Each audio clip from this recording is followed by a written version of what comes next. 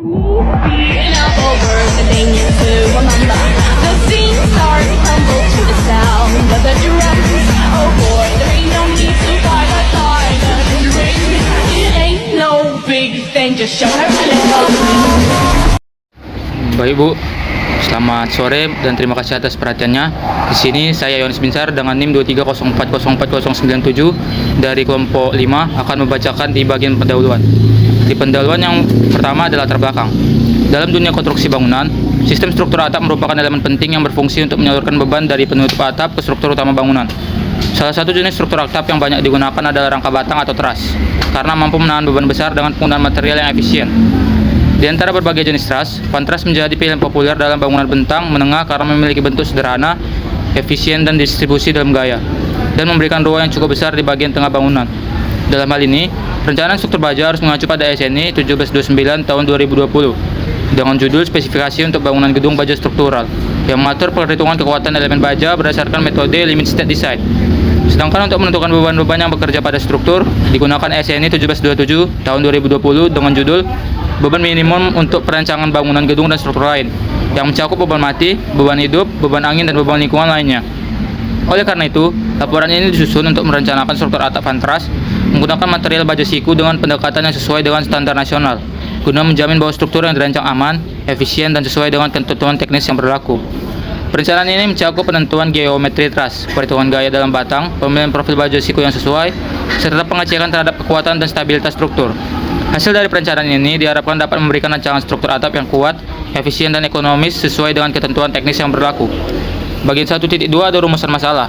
Adapun rumusan masalah kami ada 5. Yang pertama, bagaimana cara merencanakan struktur atap pantras dengan material baja siku yang sesuai dengan SNI 1729 tahun 2020. Yang kedua, bagaimana menghitung dan menganalisis beban-beban yang bekerja pada struktur atap sesuai SNI 1727 tahun 2020. Yang ketiga, bagaimana menentukan dimensi dan jenis profil pada baja siku yang mampu menahan beban pada masing-masing batang teras. Yang keempat, bagaimana mengevaluasi keamanan dan efisiensi struktur atap yang telah direncanakan. Yang kelima, bagaimana menghasilkan gambar kerja, dena potongan, dan detail sambungan yang sesuai dengan perencanaan struktur atap. Lanjut, di bagian 1.3 atau adapun tujuan. Tujuan dari perencanaan struktur atap ini adalah yang pertama, merencanakan struktur atap pantras dengan menggunakan material baja siku berdasarkan metode dan ketentuan dalam SNI 1729 tahun 2020. Yang kedua, mengidentifikasi dan menghitung beban-beban yang bekerja pada struktur atap sesuai dengan SNI 1727 tahun 2020.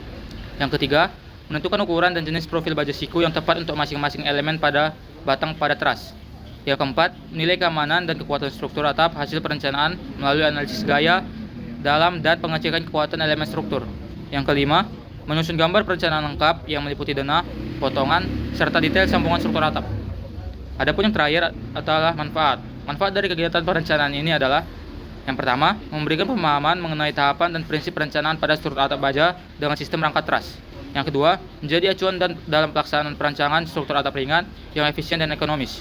Yang ketiga, menambah wawasan tentang penerapan standar SNI dalam perhitungan beban dan perencanaan struktur baja. Dan yang terakhir, menyediakan hasil rancangan yang dapat dijadikan referensi atau studi perbandingan dalam perencanaan struktur atap sejenis. Nah, di sini saya akan menjelaskan tentang desain kebutuhan sambungan. Yang pertama, kita harus tahu dulu nih, apa sih baut yang kita mau. Jadi di sini kami memakai baut M16 mutu A325 lubang standarnya 16 ditambah 2 18 mm. Kemudian setelah menentukan kekuatan baut rencana, kita peroleh hitung tahanan baut. Kemudian kita harus menghitung kekuatan geser baut, kekuatan tarik baut, kekuatan tumpu baut, dan kekuatan baut pengontrol. Kemudian kita menentukan jumlah baut. Jadi jumlah bautnya adalah 2 baut. Kemudian kita konfigurasikan bautnya. Seperti ini. Kemudian kita kontrol kekuatan sambungan. Ada tahanan leleh, ada PN-nya, ada tahanan fraktur, ada kekuatan geser blok. Kebutuhan baut bisa kita cek ulang. Kemudian kita kontrol sobek lubang baut. Selanjutnya kita coba kuat baut pada plat penyambung. Jadi model interest yang kita pakai adalah ini. Dengan mutu baca BJ41, modulus elastisitas 200 GPa, modulus geser 77,2 GPa, Poisson rasio 0,3, tegangan lelehnya 240 MPa, dan tegangan gesernya 92,8 MPa. Untuk bentuk wordingnya seperti ini, bentuk trosnya seperti ini.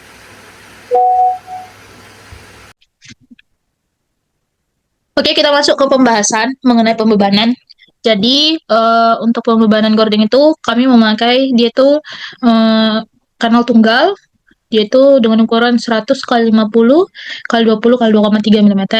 Nah, jadi yang perlu kita ketahui yang pertama, melalui mutu baja, mutu baja yang dipakai itu mutu baja yang kita pakai adalah BJ41. Yang perlu diketahui yang pertama adalah modulus elastisitas. Kita pakai modulus elastisitasnya 200 GPa, modulus gesernya 77,2 GPa, kemudian Poisson rasionya ada 0,3, koefisien pemuaiannya ada 2 kali 10 pangkat minus 6 per derajat Celcius, tegangan lelehnya 240 MPa, tegangan dasarnya 166,6 MPa, tegangan putusnya 410 MPa, dan tegangan gesernya 92,8 MPa. Selanjutnya, kita harus mengetahui mengenai spesifikasi cording yang kita gunakan. Nah, kita itu menggunakan tipe trasnya itu adalah fan dengan jarak antar kuda-kudanya itu 5 meter. Nah, profil cordingnya itu kita buat sama seperti profil dari trasnya sendiri, yakni 100 kali 50 kali 20 kali 2,3 dengan berat cording 4,06 kg per meter. Nah, yang pertama kita analisis dulu mengenai beban mati. Jadi beban mati ini terdiri dari yang pertama ada beban cording itu sendiri, di mana beratnya tadi kita udah terterakan di atas bahwasanya itu adalah 4,06 kg per meter.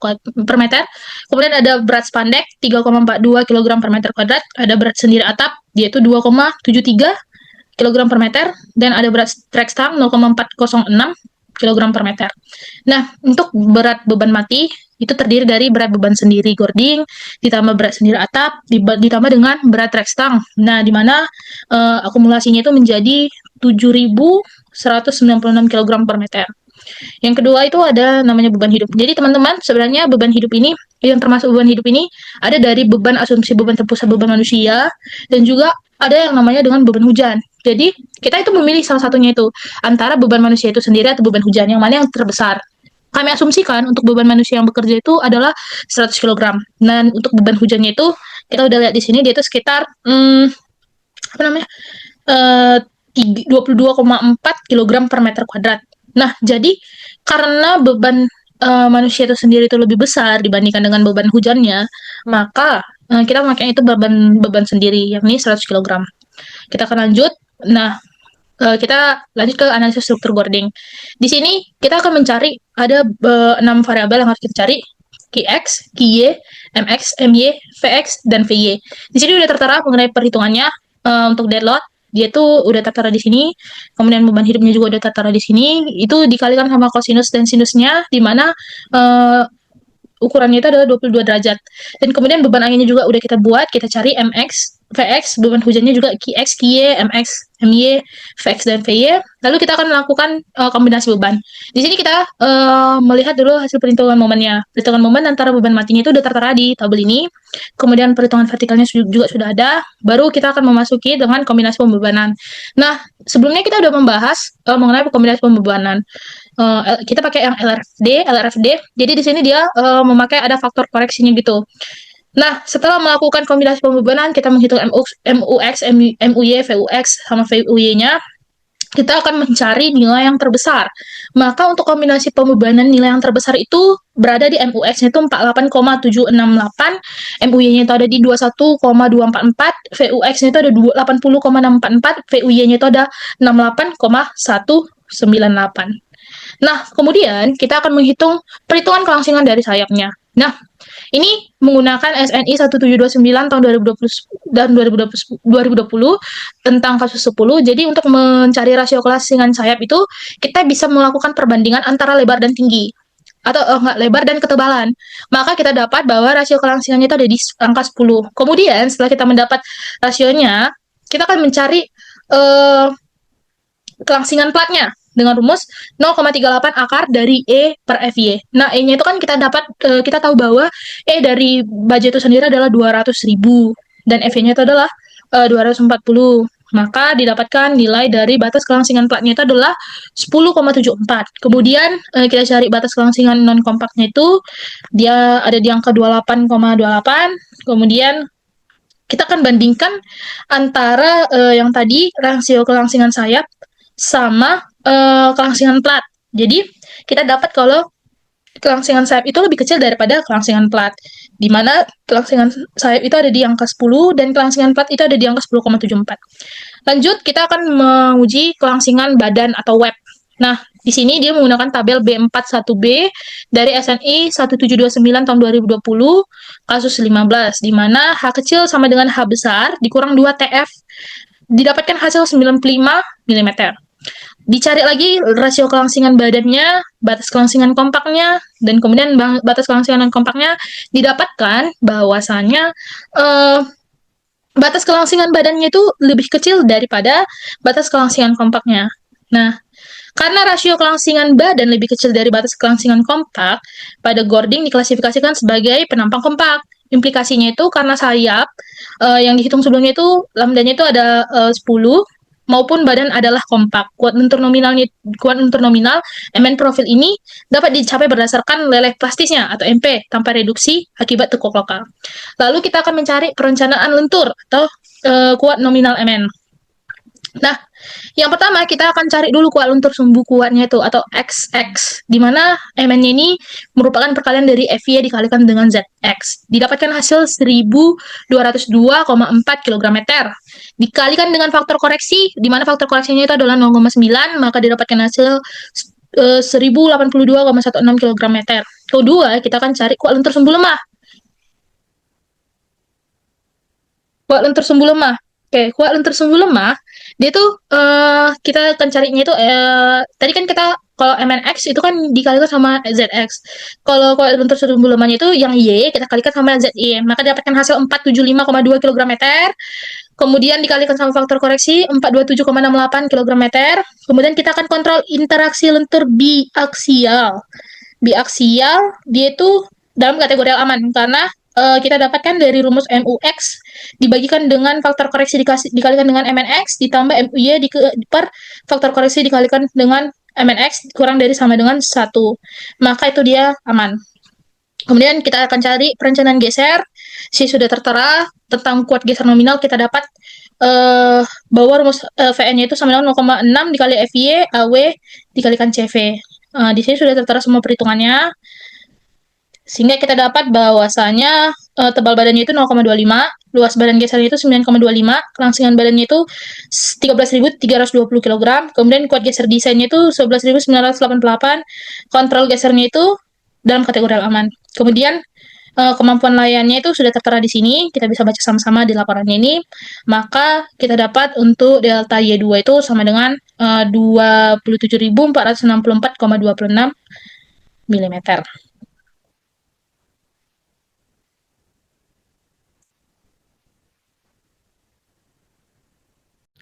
Halo Sobat Struktur, perkenalkan nama saya Joyce Rema Selvi Demanik dengan NIM 230404035. Baik, yang selanjutnya kita masuk ke bab 4, yaitu desain profil baja.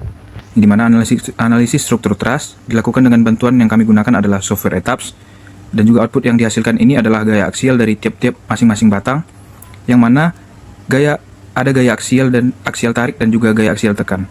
Dapat kita lihat pada gambar berikut ini, di mana batang yang merah adalah batang tekan dan juga batang yang kuning adalah batang tarik. Untuk tabel rekapitulasi gaya aksial truss dapat kita lihat pada tabel berikut ini. Kemudian untuk gaya tekan maksimumnya dan jenis-jenis batang juga dapat kita lihat pada tabel berikut beserta juga dengan gaya tarik maksimumnya. Kemudian untuk gaya tarik batang vertikal, yaitu batang vertikal yang mengalami gaya tarik maksimum sebesar 409,35, yang dimana dialami oleh batang 7 dan juga 8, dimana mutu bajanya ialah BJ37 dengan FY-nya 250 MPa. Kemudian luas bruto atau AG adalah 5172, diameter lubang baut atau D adalah 16, dan profil baja yang digunakan adalah 100 x 50 x 20. Kemudian untuk keruntuhan lelehnya itu sendiri didapat sekitar 1163,7 kN, dan untuk keruntuhan faktornya itu pertama dicari luas neto yang dimana atau AN, dimana hasilnya adalah 4812 mm². Kemudian faktor shear lock sendiri adalah 0,89, dan diperoleh nilai luas efektifnya adalah 4282,68 mm². Maka PN dengan rumus FU dikali AE dapat yaitu 1.755.898,8 mm². Kemudian dikalikan dengan faktor koreksinya itu, yaitu didapat hasilnya 13.316,924 kN. Kemudian ketiga adalah keruntuhan geser blok, yaitu ANV, di mana diperoleh nilainya adalah 5.500 mm². Kemudian ANT didapat nilainya 320 mm², dan AGV-nya didapat nilainya 6.400 mm². Maka PN-nya itu dengan rumus 0,6 FU ANV tambah UBS dikali FU dikali ANT lebih kecil sama dengan 0,6 FY dikali AGV ditambah UBS dikali FU dikali ANT. Maka hasilnya adalah 1.221.043 lebih besar sama dengan 1.040.000. Dikarenakan nilai PN-nya, sehingga nilai PN yang ditentukan itu adalah 1.040.000 karena diambil nilai PN yang lebih kecil. Maka untuk faktor koreksi dikalikan dengan PN, yaitu 0,75 dikalikan dengan 1.040.000, yaitu hasilnya adalah 780.000 Newton, atau didapat hasilnya 780 kN. Maka dari ketiga jenis keruntuhan tersebut, nilai PN yang dipakai adalah nilai PN yang terkecil, yang menentukan nilai PN-nya. Maka dari syarat ketentuannya itu adalah PU itu harus lebih kecil sama dengan nilai dari PN-nya, PN yang dikalikan dengan faktor koreksinya. Maka nilai PU yang diperoleh adalah 409,35, lebih kecil daripada 780 kN. Maka dinyatakan aman. Selanjutnya batang horizontal yang mengalami gaya tarik maksimum sebesar 127,58 batang G, di mana dicari keruntuhan lelehnya adalah sekitar 781,92 kN. Kemudian keruntuhan faktornya sendiri dicari. Yang pertama adalah luas netonya diperoleh 3.260 mm². Kemudian faktor shear lock diperoleh 0,89, dan luas efektif atau AE yaitu dengan rumus U dikalikan dengan AN, maka diperoleh hasilnya adalah 29.014 mm². Yang dimana PN sendiri rumusnya adalah FU dikali AE, maka hasilnya adalah 1.073.580 mm². Maka dikalikan dengan faktor reduksinya itu didapat hasilnya adalah sekitar 805,13 kN. Kemudian keruntuhan geser bloknya, yaitu ANV-nya diperoleh 5.500 mm², ANT-nya diperoleh 320 mm², kemudian AGV-nya diperoleh nilainya 6.400 mm². Maka PN dicari dengan rumus seperti yang sebelumnya, maka hasilnya itu adalah 1.221.043 lebih besar sama dengan 1.040.000, sehingga nilai PN yang ditentukan yaitu 1.040.000 Newton. Dikalikan dengan faktor reduksi PN yaitu 0,75 dikali 1.040.000, didapat hasilnya adalah 780 kN. Maka dari ketiga jenis keruntuhan tersebut, nilai PN yang terkecil yang menentukan nilai PN-nya yaitu 780 kN. Kemudian untuk syarat ketentuannya itu adalah PU atau kekuatan rencananya, kekuatan PU itu harus lebih kecil sama dengan faktor reduksi dikalikan dengan PN, di mana PU itu nilainya 127,58 lebih kecil dari 780 kN, maka dinyatakan aman. Selanjutnya adalah gaya tekan batang diagonal, di mana batang diagonal yang mengalami tekan maksimum adalah sebesar 451,88 kN yang terjadi pada batang 1 dan juga batang 4. Kemudian untuk data-data berikut dapat dilihat pada slide berikut. Yang pertama adalah kita cek tekuk batang, yaitu dengan rumus lambda sama dengan B per T, maka diperoleh hasilnya adalah 5. Kemudian lambda R dengan rumus 0,45 akar E per FY, hasilnya adalah 12,99. Dikarenakan lambda adalah 5, lebih kecil daripada lambda R yang nilainya 12,99, maka penampang kompak dan tidak akan mengalami tekuk lokal. Kemudian, cek tekuk batang, tekuk lentur.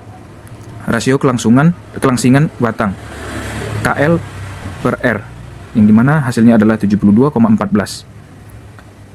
Selanjutnya adalah tegangan tarik kritis elastis atau FE yang dicari dengan rumus V kuadrat E per KL per R kuadrat. Maka didapat hasilnya adalah 379,88 MPa. Kemudian selanjutnya adalah tegangan tekuk kritis minimal atau FCR. Dikarenakan FE yang didapat adalah 379,88 MPa, lebih besar dari 0,44 FY, dikali 0,44 yaitu dikali 240, maka hasilnya adalah 105,6 MPa. Maka digunakan persamaan E2 dikurang E3 dikurang 2, di mana nilai FCR-nya diperoleh adalah 187,44 mm. Kemudian kekuatan tekan desain, di mana untuk kekuatan tekan desainnya sendiri diperoleh hasilnya adalah 612,35 kN. Maka untuk evaluasi keamanannya, dikarenakan lebih besar kekuatan tekan desainnya daripada kekuatan tekan asli, maka dia nyatakan aman. Sekian presentasi dari saya, akan dilanjutkan oleh teman saya. Perkenalkan, nama saya Johan Andre Donovan Sitepu, dan kali ini saya akan membacakan kesimpulan dari PJBL kami. Yang pertama, modeling truss, tipe atap fan, lebar total atap 15 meter, profil atap baja, kanal tunggal 100 x 50 x 20 x 2,3 mm, jenis sambungan baut. Lalu ada pembebanan, terdapat dua kombinasi pembebanan LRFD, yaitu pada arah X dan arah Y. MUX sama dengan 55,47 kg per meter. Untuk arah Y menggunakan kombinasi kedua 1,D tambah 1,6 L tambah L. MUY sama dengan 48,768 kg per meter. Lalu analisis struktur truss, dengan bantuan software ETAPS, kami memperoleh gaya aksial maksimum pada 3 kategori, yaitu vertikal, horizontal, dan diagonal. Gaya tekan maksimum untuk vertikal 0,931 kN, horizontal tidak ada, diagonal 6,540 kN. Gaya tarik maksimum vertikal tidak ada, horizontal 6,540 kN, diagonal 2,266 kN. Untuk keseluruhan batang yang mengalami tekan berjumlah 10 batang dan yang mengalami tarik berjumlah 5 batang. Lalu ada desain profil baja untuk tiap kategori. Batang tarik atau vertikal dan horizontal sudah memenuhi syarat. PU lebih kecil atau sama dengan PN. Artinya batang dengan profil 100 x 50 x 20 x 2,3 mampu menahan gaya tarik yang terjadi. Horizontal 6,540 kN lebih kecil atau sama dengan 780.000 Newton. Diagonal 2,266 kN lebih kecil atau sama dengan 780.000 Newton. Batang tekan atau vertikal dan horizontal sudah memenuhi syarat juga. Artinya batang dengan profil 100 x 50 x 20 x 2,3 mampu menahan gaya tekan yang terjadi. Vertikal 0,931 kN lebih kecil atau sama dengan 780.000 Newton. Diagonal 6,540 kN lebih kecil atau sama dengan 780.000 Newton. Lalu yang terakhir, desain kebutuhan sambungan. Kebutuhan baut, 2 baut M16 mutu A35 tanpa ulir dengan tebal plat penyambung 20 mm. Konfigurasi sambungan sudah berdasarkan ketentuan SNI 1729/2020. Kontrol kekuatan sambungan untuk tahanan plat sudah lolos block shear, di mana 1071,150 kN lebih besar atau sama dengan 409,35 kN, dan tahanan nominal plat penyambung.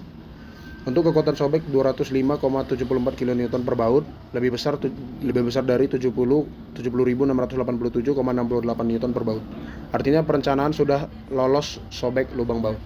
Sekian kesimpulan dari saya. Terima kasih.